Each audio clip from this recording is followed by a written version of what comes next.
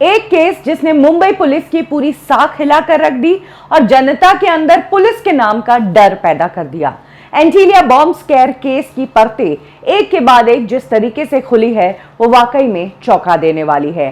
और आज इसी एंटीलिया बॉम्ब स्केयर केस की पूरी कहानी मैं आपको सुनाऊंगी। 25 फरवरी 2021 एंटीलिया के कुछ ही दूरी पर 400 मीटर की दूरी पर एक स्कॉर्पियो मिलती है जिसके अंदर जिलेटिन की रॉड्स मिलती है। इस स्कॉर्पियो से एक सनसनी फैल गई और इसके बाद मुंबई पुलिस जो है वो सतर्क हो गई।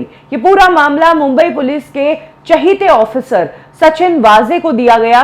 सचिन वाजे इस पूरे मामले के ऑफिसर बन जाते हैं। इनफैक्ट 100 नंबर पर कॉल करके जब शिकायत की गई स्कॉर्पियो की, तब भी स्पॉट पर सबसे पहले पहुंचने वाले सचिन वाजे ही थे। इन्वेस्टिगेशन शुरू होती है तब कुछ ही दिनों में पता चलता है कि ये जो स्कॉर्पियो है ये थाने में रहने वाले किसी मनसुख हिरेन की है। मनसुख हिरेन से पूछताछ की जाती है। मनसुख हिरेन से जब पूछताछ की जाती है तो वो पूछताछ में बताता है कि 17 फरवरी 2021 को विक्रोली हाईवे पर उसने अपनी इस गाड़ी को पार्क किया था। वो जा रहा था कि रास्ते में स्टीयरिंग जाम होने की वजह से कार आगे बढ़ ही नहीं पा रही थी। तब इसने कार को विक्रोली हाईवे पर ही पार कर दी और वहां से ये कैब लेकर साउथ मुंबई चला गया था। अगले दिन जब वापस मनसुख हिरेन अपनी स्कॉर्पियो को लेने पहुंचा तो स्कॉर्पियो वहां पर नहीं मिली। स्कॉर्पियो चोरी हो गई थी जिसकी शिकायत खुद मनसुख हिरेन ने विक्रोली पुलिस स्टेशन में लिखवाई थी। जब तक ये सारी खबरें आ रही थी पूरी दुनिया की नजर इस पूरे केस पर टिकी हुई थी। कुछ दिनों बाद मनसुख हिरेन की तरफ से खबर आती है कि किस तरह से मीडिया के लोग और पुलिस महकमे के कुछ लोग उन्हें परेशान कर रहे हैं, उन्हें धमकी मिल रही है। इस तरह की शिकायत भी मनसुख हिरेन की तरफ से आई। अब तक मुंबई पुलिस की तरफ से हर दलील पेश की जा रही थी कि मुंबई पुलिस पूरी तरीके से लगी हुई है एंटीलिया बॉम्ब स्केयर केस को सॉल्व करने के लिए। बेस्ट ऑफिसर सचिन वाजे जो कि एक एनकाउंटर स्पेशलिस्ट है वो ही इस केस को इन्वेस्टिगेट कर रहे हैं। 4 मार्च को इस पूरे केस का तख्ता पलट गया। 4 मार्च को मनसुख हिरेन अपने घर से निकलते हैं। वाइफ को कहते हैं कि तावड़े करके एक ऑफिसर है उससे मिलने के लिए वो जा रहे हैं।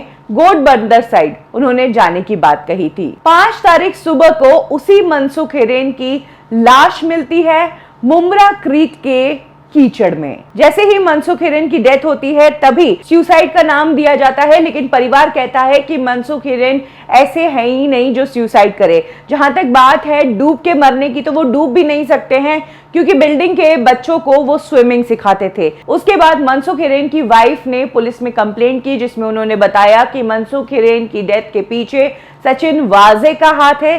सचिन वाजे वो स्कॉर्पियो यूज किया करते थे और मनसुख हिरेन जब घर से निकले थे तो सचिन वाजे के कहने पर ही निकले थे। और तो और वाइफ ने यह भी चौंकाने वाला खुलासा किया कि सचिन वाजे ने ही मनसुख को पुलिस में शिकायत करने को कहा था कि तुम कह दो कि मीडिया वाले और पुलिस वाले परेशान कर रहे हैं, और सचिन वाजे ही मनसुख हिरेन पर प्रेशर बना रहा था कि तुम अरेस्ट हो जाओ, उसके बाद 2-3 दिन में मैं तुम्हें बाहर निकलवा दूंगा, केस रफा दफा हो जाएगा, मैं ही इन्वेस्टिगेटिंग ऑफिसर हूं। ये तथ्य बहुत ही चौंका देने वाले थे। 25 फरवरी की ये बात है और 10 दिन बाद मनसुख हिरेन की लाश मिली थी और सचिन वाजे के पास 10 दिन थे इस पूरे मामले के एविडेंसेस को डिस्ट्रॉय करने के लिए। उसके बावजूद ये पूरा केस एनआईए को दिया जाता है। एनआईए तुरंत रूप से सचिन वाजे को अरेस्ट करती है और वहां से नई जांच की दिशा शुरू हो जाती है। एनआईए को पता चलता है कि 17 तारीख को मनसुख हिरेन की कार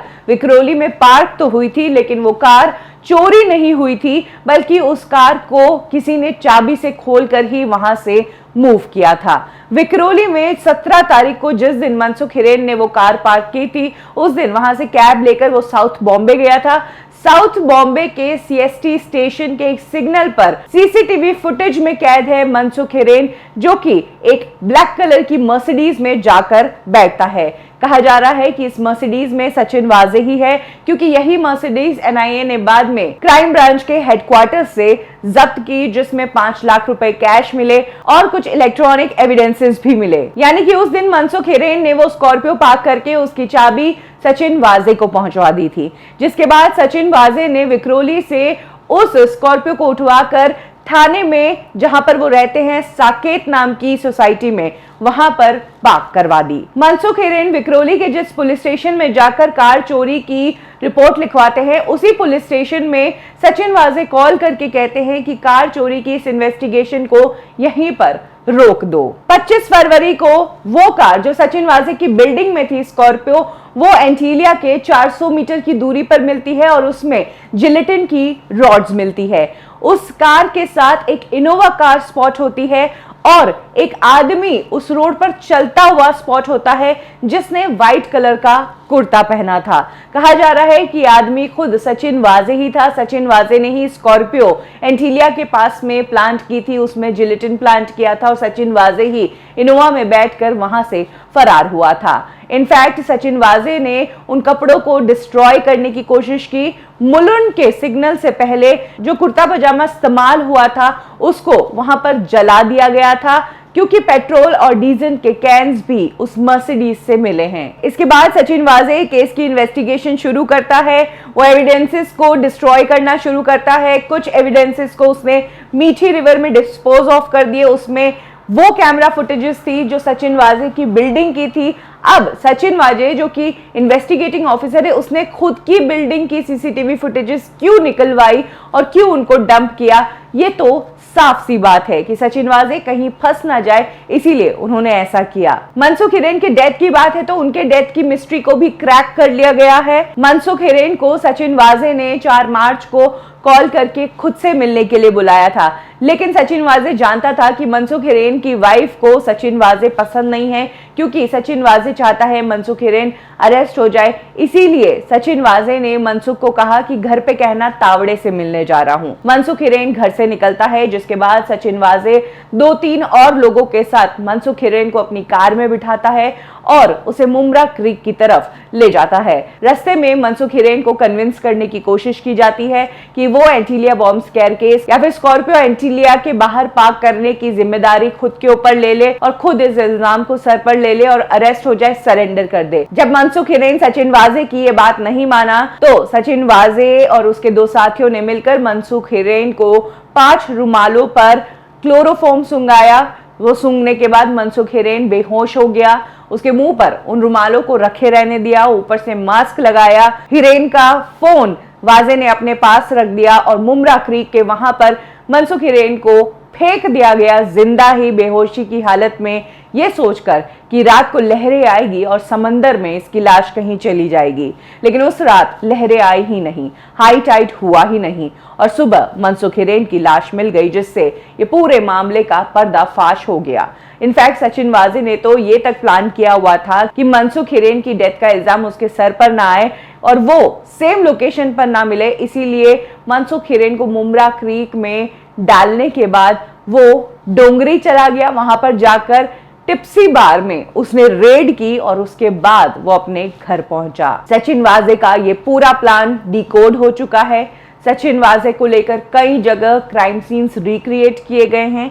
एंटीलिया के बाहर क्राइम सीन रिक्रिएट किया गया, जहां पर वाजे को वही ढीला कुर्ता पजामा पहनाकर वॉक करवाया गया। इसके बाद मुमरा क्रीक पर जाकर मनसुख हिरेन का डेथ सीन रिक्रिएट किया गया। साथ ही हाल ही में बांद्रा कुर्ला रोड पर जो मीठी रिवर है, जहां पर सचिन वाजे ने सारे एविडेंसेस को डंप किया, उनको निकलवाया गया और वहां पर भी सीन रिक्रिएट किया गया। इस पूरे प्लान को एग्जीक्यूट करने में सचिन वाजे का साथ दिया 2 लोगों ने। एक तो बुकी नरेश गौड़, जिसने अहमदाबाद से कुछ सिम कार्ड्स मंगवाए जो सचिन वाजे ने इस दौरान इस्तेमाल किए, और दूसरा एक सस्पेंडेड इंस्पेक्टर विनायक शिंदे। ये दोनों भी एनआईए की गिरफ्त में हैं। इसके अलावा कुछ और लोग हैं जो एनआईए की हिट लिस्ट में हैं, जिनसे पूछताछ करके उन्हें अरेस्ट किया जा रहा है। और ये है अब तक की कहानी एंटीलिया बॉम्ब स्क्वायर केस की।